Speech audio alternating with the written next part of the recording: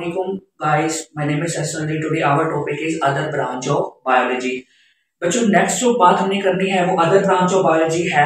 Next branch of biology या other branch of biology is called morphology. बच्चों morphology क्या होती है? The study of the structure and form of the living organism. जितने भी animal है, जितने भी प्लांट्स है, या जितने भी लिविंग ऑर्गेनिज्म है, उनकी जो फॉर्म और स्ट्रक्चर की जो स्टडी की जाती है उनको कहा जाता है मॉर्फोलॉजी।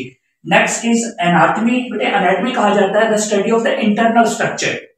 एनिमल है, प्लांट्स हैं, उनकी बॉडी में जितने भी इंटरनल स्ट्रक्चर पाए जाते हैं, जैसे वाइटल ऑर्गन हो गया, जैसे हार्ट हो गया, स्टमक हो गया, तो जितने भी वाइटल ऑर्गन है या इंटरनल जो ऑर्गन होते हैं बेटे उनकी जो स्टडी होती है उनको कहा जाता है anatomy. Next branch is histology. Histology is the study of the tissue. Animal and plants and जितने भी लिविंग ऑर्गेनिज्म है बेटे उनकी बॉडी के अंदर जितने भी इंटरनल टिश्यू पाए जाते हैं, उनकी ब्लड, जैसे ब्लड टिश्यू की अगर हम बात करें या प्लांट्स के अंदर जो है एपिथेलियल टिश्यू की बात करें, तो जितनी भी ब्लड की स्टडी होती है वो आपके पास हिस्टोलॉजी कहलाती है। Next branch is cytology. Cytology is the study of the cell. All the human body consist of the billion and trillion of the cell. बेटे जो सेल होता है ये basic living and structural and functional part of the living organism होता है। यानी जो living organism है उनकी जो बॉडी है वो ऑल अबाउट जो उनकी बॉडी है वो सेल्स के ऊपर कंसिस्ट होती है, सेल के ऊपर मुश्तमिल होती है। तो सेल की जो स्टडी होती है बेटे उसको साइटोलॉजी कहते हैं और साइटोलॉजी को सेल बायोलॉजी भी कहते हैं। Now I am here to present other branch of biology, that is a physiology. The next branch of biology is the physiology. Physiology is a study of the different part of the living organism. बच्चों जो animal है या plant है उनकी body में जितने भी different part पाए जाते हैं, उनका जो फंक्शन होता है वो किस तरह अपना फंक्शन परफॉर्म करते हैं, किस तरह वो काम करते हैं, उसको कहते हैं फिजियोलॉजी। उसकी जो स्टडी होती है the study of the different part of the living organism is called physiology. Next branch of biology is genetics. बेटे जेनेटिक्स का मतलब होता है एनिमल है या प्लांट है उनकी बॉडी में जो जीन का ट्रांसफर है, जीन को एक पेरेंट से ऑफस्प्रिंग में ट्रांसफॉर्मेशन है, उसको कहा जाता है जेनेटिक्स।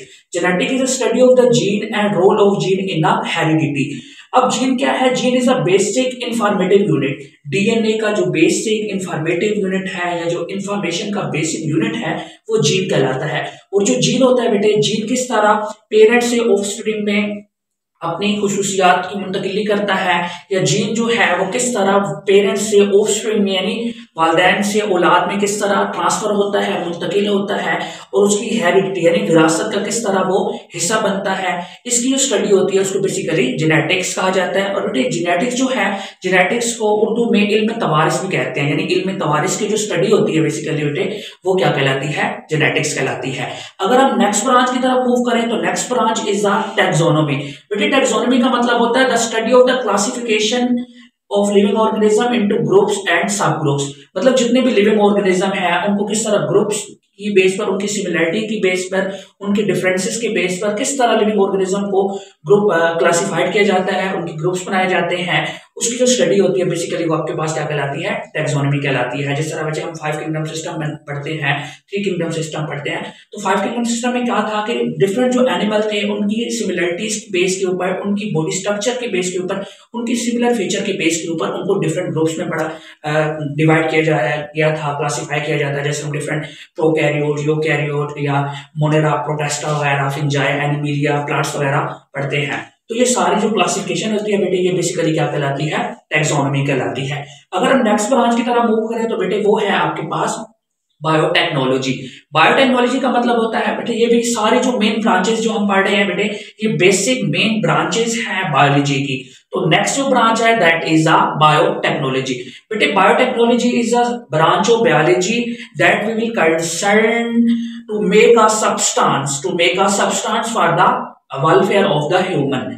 बेटे मतलब डिफरेंट ऑर्गेनिज्म को यूज करके, बैक्टीरिया वगैरह को यूज करके, माइक्रोब वगैरह को यूज करके ह्यूमन के वेलफेयर के लिए यानी इंसान के फायदे के लिए जो चीजें बनाई जाती हैं उसकी जो स्टडी होती है वो आपके पास क्या कहलाती है? बायोटेक्नोलॉजी कहलाती है। जैसे बेटे हम वैक्सीनेशन की बात करते हैं तो वैक्सीनेशन में क्या होता है? वैक्सीनेशन में डिफरेंट माइक्रो ऑर्गेनिज्म को यूज किया जाता है और उसकी वैक्सीन तैयार की जाती है ताकि वो वैक्सीन जो है वो बैक्टीरिया को क्या कर सके? किल कर सके। इस वजह से क्या है बेटे ये आपके पास क्या कहलाती है? बायोटेक्नोलॉजी कहलाती है कि डिफरेंट जो माइक्रो ऑर्गेनिज्म होते हैं, डिफरेंट जो बैक्टीरिया होते हैं उनकी जो स्टडी होती है उनको यूज करके ह्यूमन के वेलफेयर के लिए जो चीजें बनाई जाती हैं, जैसे अचार वगैरह की तैयारी हो गई, दही वगैरह की तैयारी हो गई, डिफरेंट बेकरीज की मसनूआत हो गई, तो इनकी जो तैयारी होती है वो आपके पास क्या कहलाती है बेटे, बायोटेक्नोलॉजी कहलाती है।